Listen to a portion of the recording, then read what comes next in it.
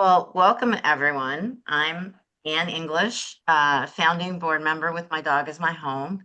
And I'm so excited to be with you for the 6th annual My Dog Is My Home conference. I can't believe it's been that many. Wow. One of the things that I really love about My Dog Is My Home is our commitment to collaboration. Over the years, many of us have seen the benefits of cross-pollination across not only our own country, but with other countries as well. And part of our co-sheltering work, as part of our co-sheltering work, we regularly convene a group of international partners, and Jade is the co-chair along with our founder, Christine Kim. And it just shows that people all over the world are really dedicated to this work. And in fact, about 22 years ago, I personally was able to open the first homeless shelter in the States to accept people with companion animals only because of support I received from a UK nonprofit that had done similar work. So it's really special for me to be moderating this session. We're about to watch a beautiful short film about the work of StreetVet and its origins and the lived experiences of its co-founder. This film highlights the vital bond between people experiencing homelessness and their animal companions, as well as the compassionate and tenacious work of the vet professionals who meet these families where they are. I just have recovered from a lot of emotions from last night's screening, and I'm getting ready to do it again. After the film, I'll introduce our panelists and hear their reflections on the roles of pets in resilience, barriers faced by unhoused pet guardians, and what trauma-informed relationship-centered support can look like in practice. We'll try to answer questions from the audience, so please put any that you have in the Q&A if possible. And with that. What's up? What's up?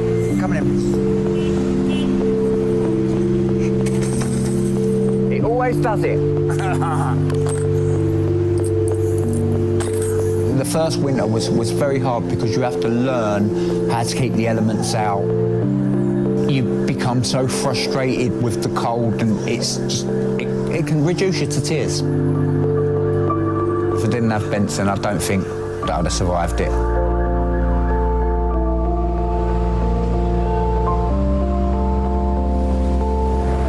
I managed to get in for £12 because that's all I really could afford. I was living in a church doorway at the time, so I took him back there. I had no idea I was going to feed him. I didn't know what I was going to do, you know. I'm not particularly a spiritual fella, but I do believe he was sent to me, and he's saved my life every day since.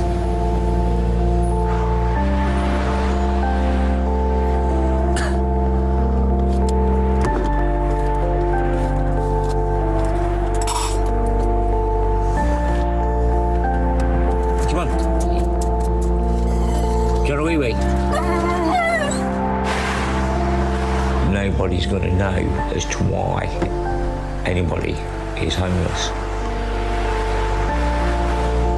You know, something's gone wrong. I've been in the van 6 months. I'm 61 and I ain't got a clue where I'm staying.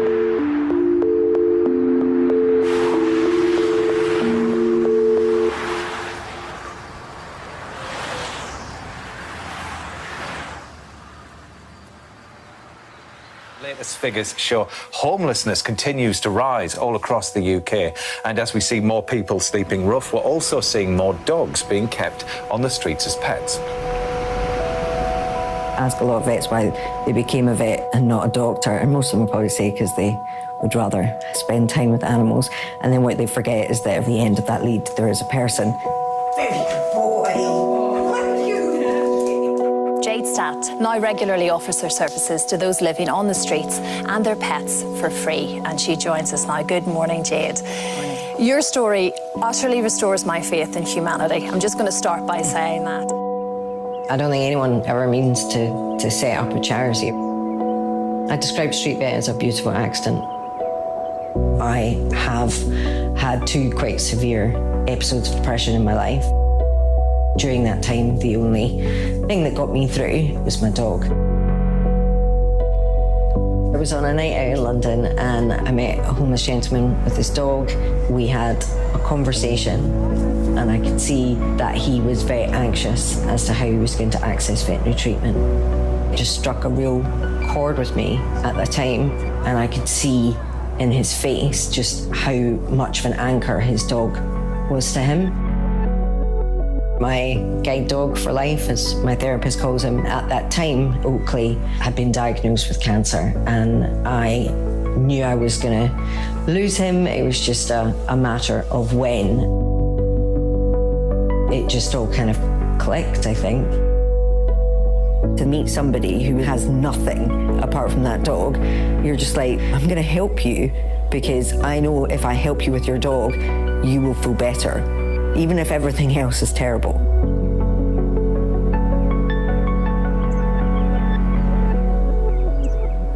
Stay. All right. Come on in, let's go. Good boy. I ended up homeless through drugs and drink. I was in and out of jail for theft. I was an oxygen thief, basically. I didn't want to live anymore. I just decided to end it. I walked around the corner, I saw two street beggars, each had a young pup, and I said to them, the dogs are too young to be begging, you're abusing them. In the end, one of them turned around and sold me Bailey, and a whole new chapter started from there. People thought I'd sell him for crack or I'd do this and all that, and it got really good to prove them wrong. I couldn't afford to be arrested for anything because what would happen to him? You could stick me in Buckingham Palace, but I'd rather lay down with him in the rain. You right, boy? Yeah, you like to watch people coming from that way. Yeah. Yeah, you try and get them to sit that way round, he won't have it. I lost my job through ill health. I lost my home through rent arrears. It's very easy to kind of... I get offended when people say, you only use that dog for begging. They don't understand that bond that you have. Because I suffer with anxiety and depression. You try and brave face it all, you know what I mean? Put this plastic smile on. And then at the end of the day, I know that I've got him to worry about and I have to keep going for him.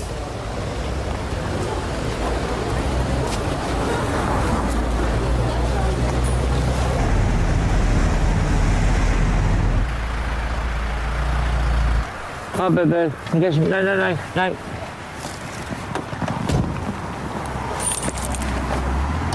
I can't see it. How much is it for a bag of chips? 270. Yeah. All right, thanks very much. Oh. Going to go and get a £1.99 Happy Meal. I got Honey when she was 3 years old. She tends to have abandonment issues, hence she never leaves my side. You do realise you could have had a wee-wee somewhere we've lit?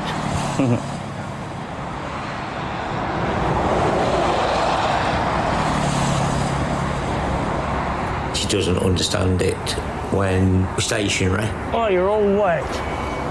Particularly if it's dark. She won't really settle until I've actually gone to bed, basically.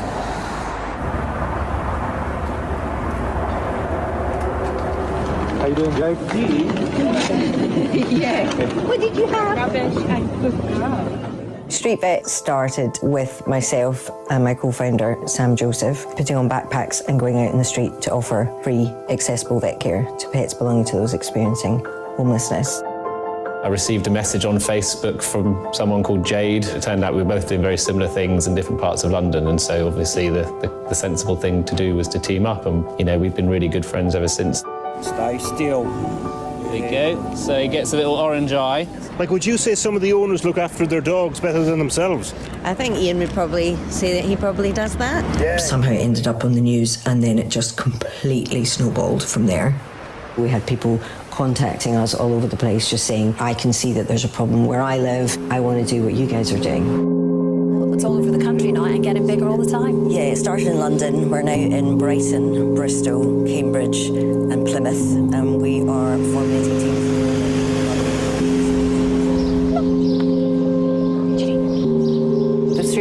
community is a wonderful bunch of people who we all want to do the best we can with the skills that we have. If I can do anything to help people and their pets that I see on the street and to be together, that makes me very happy.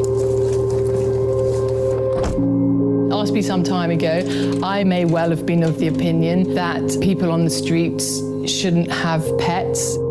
That's completely changed, like how ignorant I was. At least once a month we have outreach clinics, pop-ups on the streets next to a food bank locally. We usually see our community clients there.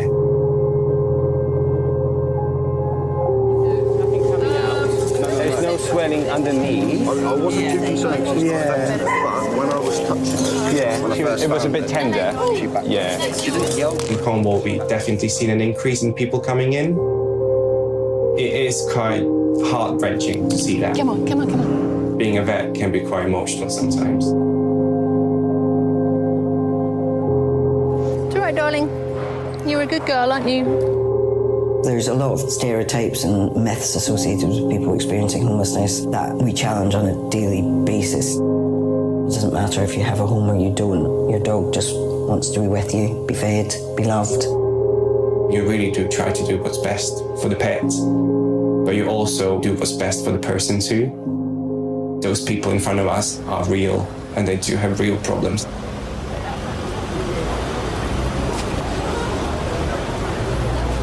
They basically turn around and say, well, you have to give up the dog, otherwise you're making yourself intentionally homeless, you know? And they don't realise that without him, there's no point, there wouldn't be no, you know, there's no point in carrying on.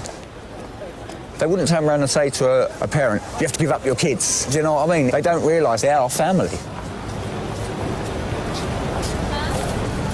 Yes, they love their dogs and their pets and they're with them 24/7, but what people don't understand is actually what that then creates as a barrier for our clients. Hiya, it's all right, get a cup of tea. Cheers, thanks.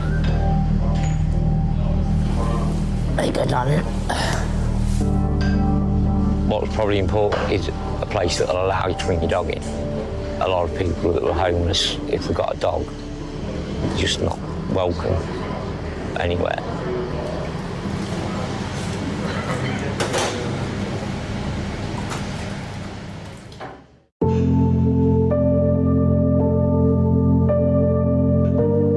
We're in a situation that's actually perpetuating homelessness. So if we can try and get more hostels to engage and come on board with our hostel scheme, then we are actually helping, you know, to solve the problem.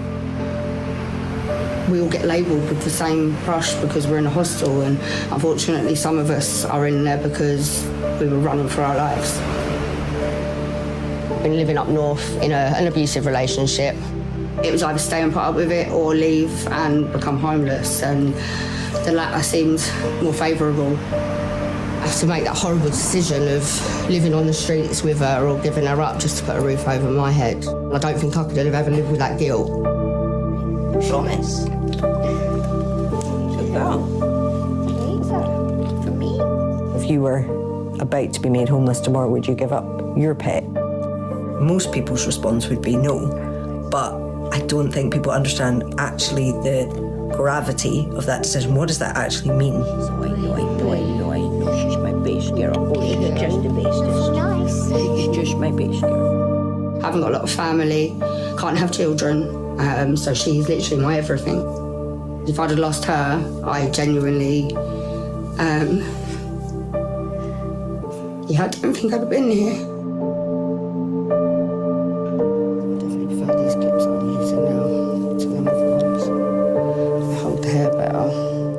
My life has come on in leaps and bounds, especially this last year to 2 years.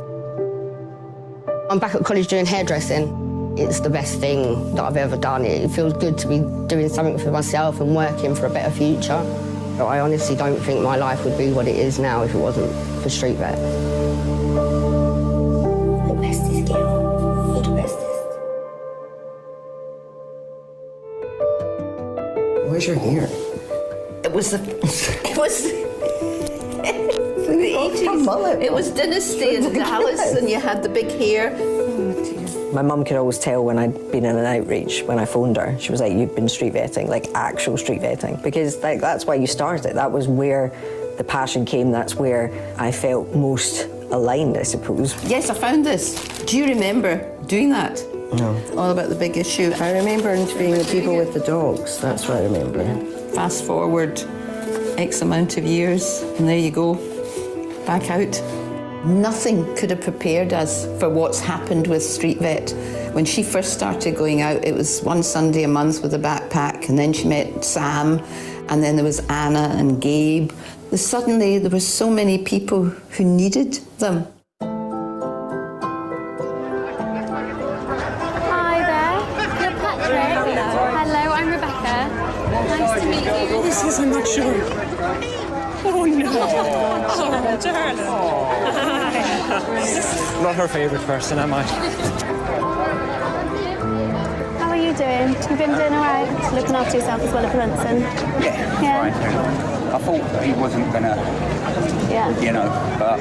And that's going to trigger all of that anxiety as well, isn't it? 8 months, do you know what I mean? He's a Got good diagnosed boy. in November. Even then they thought it was point of no return then.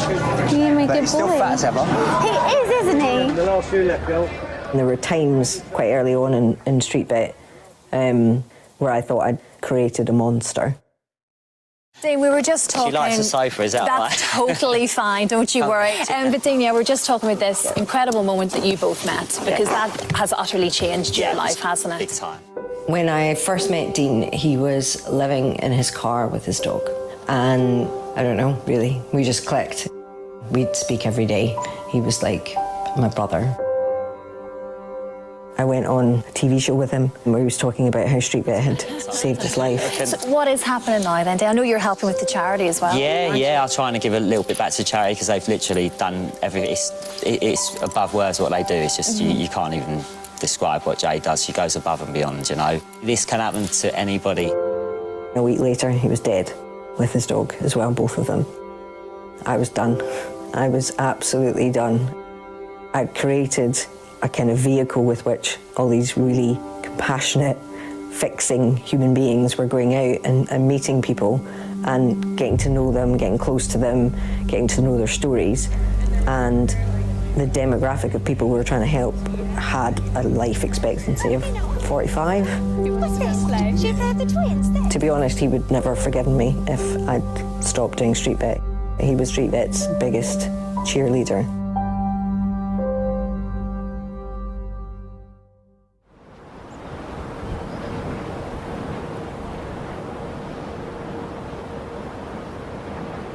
When he's poorly, I contacted Joe at StreetVets at 9 a.m. and by 12 noon we were in the vets. We think this is cancer. When it comes to operating around the lump, there could be a few cells as well. So what we are trying to do is save her eye.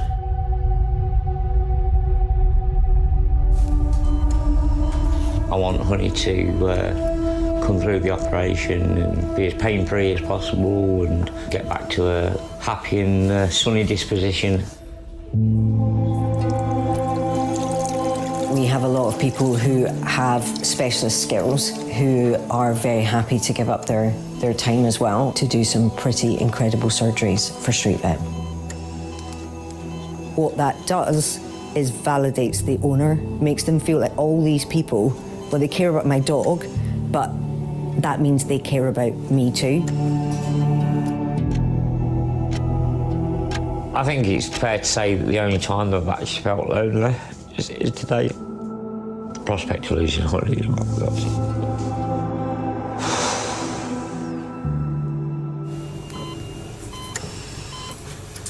I used to think vets were just money grabbing, do you know what I mean? Highly overrated, you know, expensive. She spun that on me now. It must be hard for a vet because they're seeing sickness all the time and animals being euthanised. They see that nasty street. All they want to do is the good. I wouldn't fancy making them decisions about whether something lives or dies. You know, I couldn't do that. We are the only profession that performs euthanasia, which I believe wholeheartedly in, otherwise I wouldn't be able to do this job. But it doesn't mean that it doesn't affect people. And you're going from a euthanasia to a puppy, or, you know, you're literally on some kind of emotional roller coaster. I'll never forget this looking back at it now, but on my graduation seat, there was just a slip of paper that said, if you ever feel suicidal, call this number. It's a really hard job. We all love it, but it does take its toll. I think the reason StreetVet went on the trajectory that it did was because so many of my friends, my colleagues, we were just burnt out. When Sam and I started doing this, we had a lot of people say to us, you're never gonna get vets and vet nurses finishing work. They're knackered, they've got compassion fatigue, they're jaded. The last thing they're gonna want to do is go out and do their profession on the street. And I was like, you're wrong.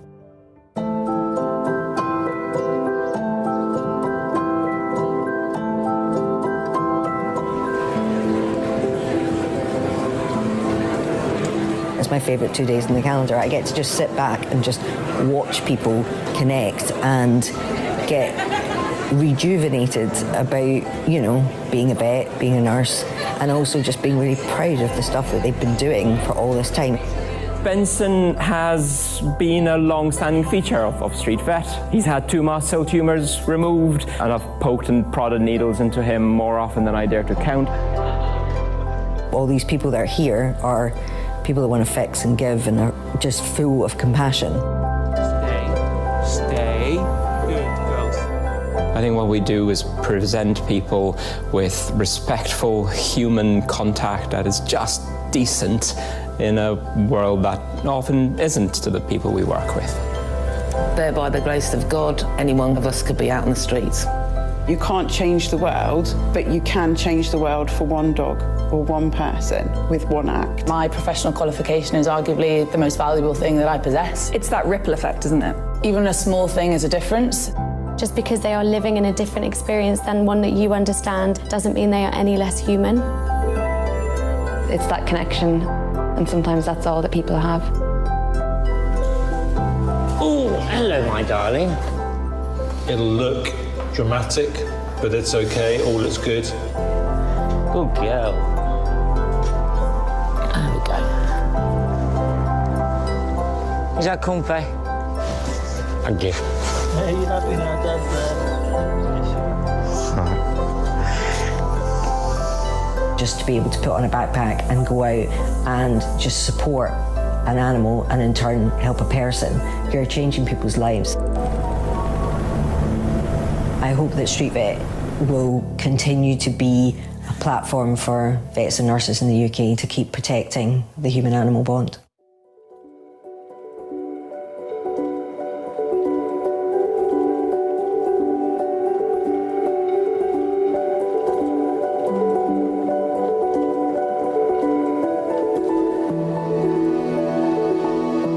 What a beautiful day, huh?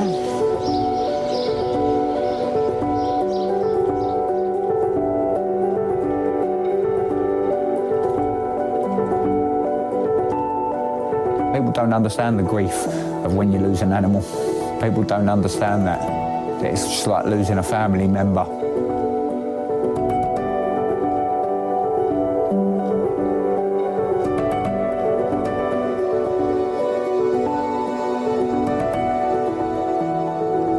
Hey, baby.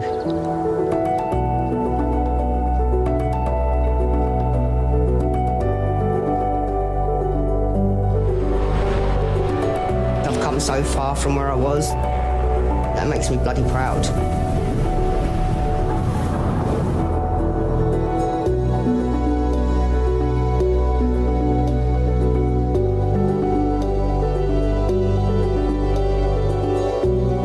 Oh my goodness. You know, we're very into our animals around here.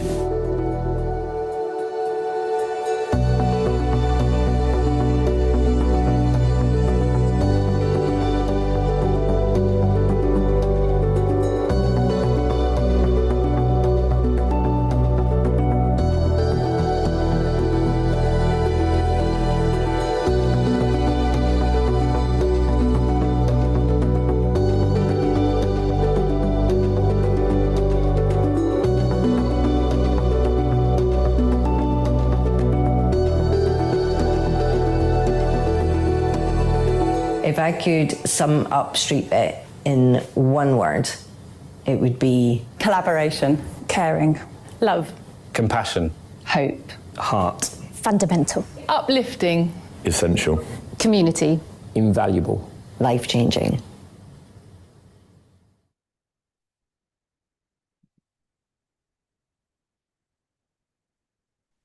I'm just gathering myself. I mean, I've seen it, before. And it's still just so moving. Okay, so a few brief introductions. Jade Statt, StreetVet co-founder, clinical director, and brand ambassador. StreetVet is an award-winning national charity offering free, accessible vet care and services to pets belonging to those experiencing homelessness. A chance meeting with a homeless gentleman and his dog inspired co-founder Jade, a vet who qualified from Glasgow Vet School in 2002 to take vet care out into the streets to the people and the pets that need it most. What started in 2016 as two vets, Jade Statt and co-founder Sam Joseph, and a backpack full of veterinary supplies, is now a charity fueled by hundreds of vet and vet nurse volunteers who swap the practice for the pavement in more than 30 locations and growing across the UK from Glasgow to Cornwall. Debs Grossman is a StreetVet graduated client and volunteer. Debs came into contact with StreetVet in 2018 when she was homeless with her dog, Bluebell, after fleeing domestic violence. At the time, it felt like she was facing the most heartbreaking decision, choosing between putting a roof over her head and staying on the street so she wouldn't lose her best friend. Fortunately, Debs and Bluebell were supported by Jade and StreetVet to remain together in one of the homeless hostels, which allowed co-sheltering. So now they're in their forever permanent home together, and Debs has gone back to college. You saw a lot of her story, even saw her skydiving, and she volunteers to fundraise for StreetVet in her spare time. And Steph Keelan with SNO Media was the director of this film, and she set up a camera rentals house with her husband, director of photography, in 2001 when they started their family. And the company has since evolved into a well-respected, extensive community of talented crew and technicians working on a broad range of content across all platforms. Clients include all the major broadcasters and streamers along some of the biggest production companies in the UK. Working on StreetVet was a passion project for Steph, and being a part of the StreetVet community has been a highlight of her career. So we do have several questions in the Q&A, but I want to start by, talking about, I mean, this is just such a powerful film, Jade, and very personal. And I'm wondering what the experience has been like since this film came out and what's changed for you and that you see because of the film. I love being able to use it in all, it's just such a wonderful thing to have in your kind of sort of toolbox to share with, whether it's funders or we've been doing quite a lot of sort of screenings with students, so vet students and nursing students. It's really we showed it to the Royal Foundation. It's just been a wonderful way to actually just say everything that needs to be said, but using just volunteers to say it or clients to say it, and yeah, it's been a long time coming, and it took finding all the right people to bring it together for us to feel confident to move forward with it. But yeah, I mean, it's surpassed all expectations as far as I'm concerned. We have I haven't looked today, but we were last I looked and been accepted and featured in 44 global film festivals, and won 12 awards the last time I looked. But yeah, it's been phenomenal from that side of it. Congratulations. Yeah, I mean, well deserved. Steph, can you talk about the process of making the film and how you decided to get involved in this project? Yes, I can. I volunteered to help with their StreetVet's annual conference that they do for all their community of volunteers, and just fell in love with the community, and then started to talk to Jade about her story. We had a mutual really good friend, and yeah, it was just like, why has nobody talked about your story? Because I think what drove me most of all, especially in the world we're in at the moment, is the joy that came from watching these really skilled people give what they valued most in for free, and the compassion and the energy and the shift that then created. And it felt like a two-way street, as I think Jade said in the film. You know, we're all living in a very corporatized world, and being able to actually just help a fellow human or a fellow animal, you know, to just be able to give and reciprocate is such an important part of who we are as human beings. And what I realized was that the vets were gaining as much as the clients, and also that it was an issue of trust. And sometimes when we think about fixing a problem, we think about it in a really direct way, and sometimes it's through indirect connection that we create the biggest shifts and transitions of change. So it was intoxicating, really, and wonderful to be a part of. So yeah. Fantastic. Thank you. And Debs, I'm wondering if you would care to, share a little more about specific ways that StreetVet worked with you, how they helped you, how it was different from maybe other folks. But the compassion more than anything, making me feel like I was a human being and not just another homeless person or another number, and being able to build that trust up with someone. From that first meeting Jade, I knew that minute that I could trust this lady with not just my dog but myself as well. And she made me realize that she wasn't just there for the animal, she was there for me as well, in like Steph said, in an indirect way. It was like a little counseling session for me. It was someone to talk to, and just someone that saw me for me, and not, like I said, not just as a homeless person or just a problem. It was, and in a time where I felt like the world was against me, that having that one person there that was willing to help me, that didn't know me, didn't know my dog, but was willing to do whatever she could to help, it just totally changed my whole aspect on the way I looked at the world again. Thank you. And thank you so much for sharing your story and all of your experiences. It's really profound to be able to do that. And I'm so inspired by your journey. Thank you. Yeah. So one of the questions we have from the conference is, what partnerships are most needed across animal welfare, housing, healthcare, and human services to create lasting change? Boom, I feel like that's coming to me. I mean, so many things, but in terms of something that I feel is actually coming, that I'm excited about, aside from maybe the renters reform and getting them to actually accept pets more into housing, is we had, and I think Rebecca Stevens is speaking at your conference or involved in your conference about veterinary social work, but we had our first job advert go out for a veterinary social worker in the UK, a job role. And for me, like, it's like the start of a proper joining up all the dots to try and help people. So I feel like a bit like what Debs was saying there, like, I'm not saying I'm a veterinary social worker, but in StreetVet, what we need to be able to do is see the bigger picture, that it's not just a dog coming into a consult room with a person. There's way more, going on around it. And vets, I think StreetVet's shown that there is an appetite for people to want to help, but when you're confined in the constraints of a 15-minute consult, it's really impossible to do.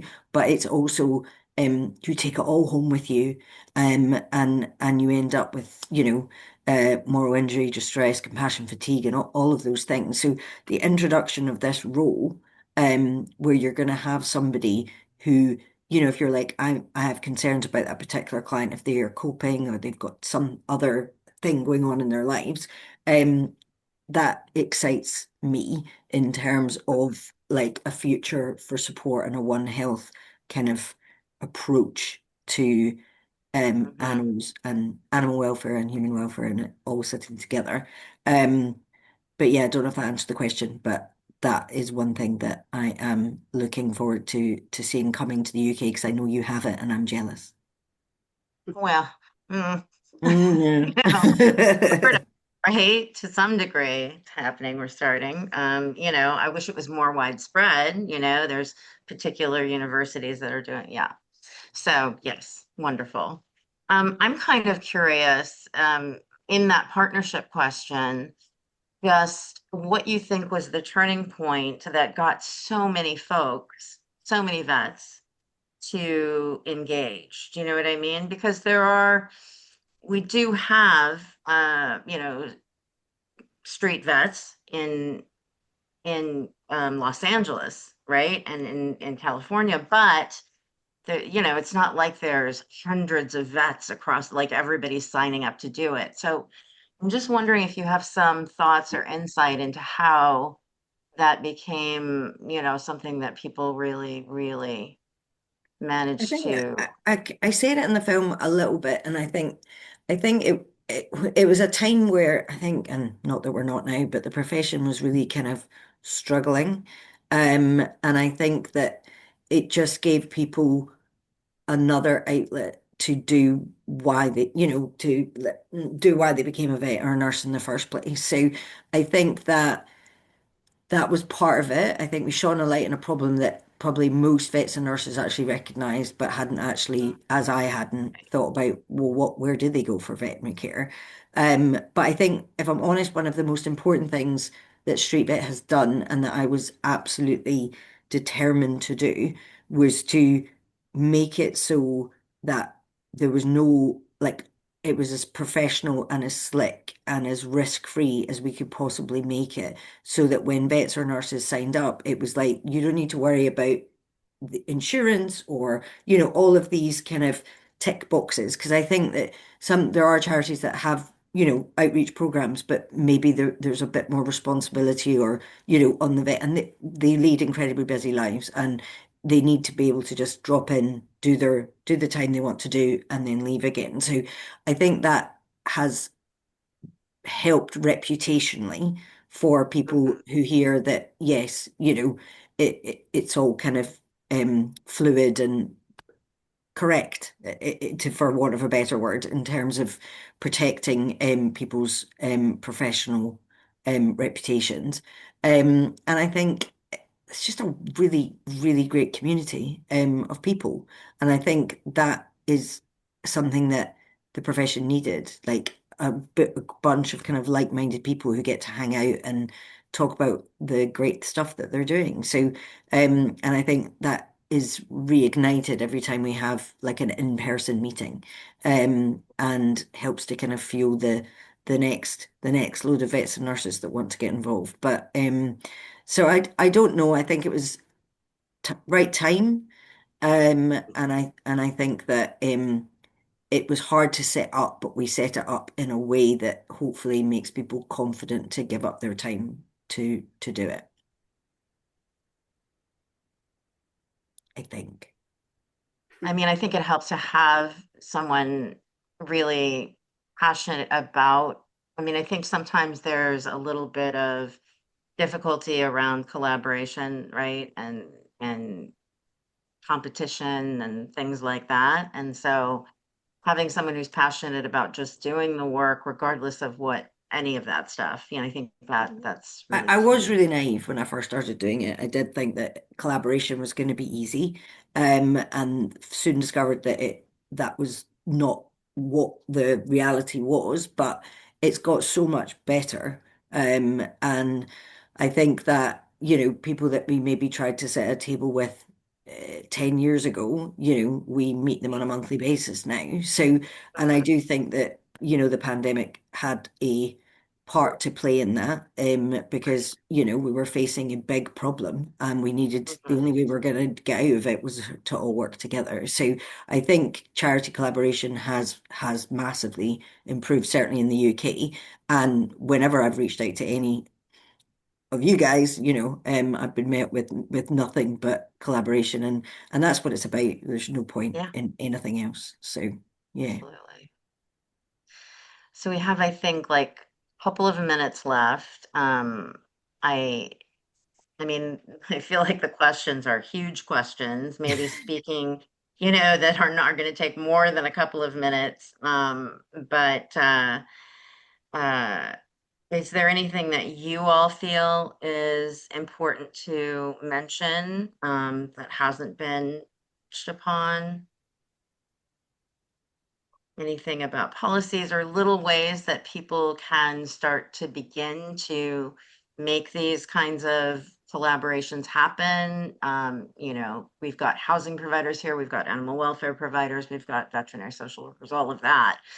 But they're all kind of looking for that way into, making something that really reaches sort of the scale that you all have done. So if you have any even like little tidbits, I don't know.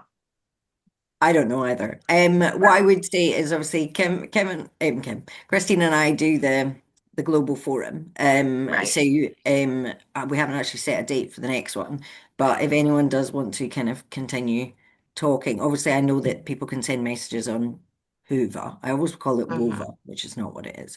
Hoover. Then obviously they can still do that, and I will try and respond to them. But in terms of like a proper kind of conversation again, if people are interested, they could maybe let Christine know, and we can make sure they get invited to the next sort of global forum as a possibility. But yeah, no, I one of the things that we're exploring, I guess, at StreetVet at the moment is we've been approached by Italy, and recently Milwaukee about, using the StreetVet accredited hostel kind of work that we've done to help other people to kind of blueprint going from there. And I guess at StreetVet, what we're trying to look at is accessibility to our course. How could we package that? What would that look like? Could we do like a consultancy one-off to help? I don't know, but I'd be interested in, because I know that's a lot of the stuff that My Dog Is My Home, have involvement in, and, so it might be nice to get some thoughts and input from you guys on that. That's great. But yeah, so yeah, I don't know about my nugget. I wish I had a better nugget. No, that's good. That's all really good. I think we're gonna get cut off in like 2 seconds anyway. Okay. But thank you so much for doing No, this. thank you. We love the film, and I think it's break time, folks. So we will see you back in, I think, 15 minutes or 30 minutes or whatever it is. It's on your so thanks again. Be well. All right. Enjoy Morocco. Thank you. Thank you so much. Chasing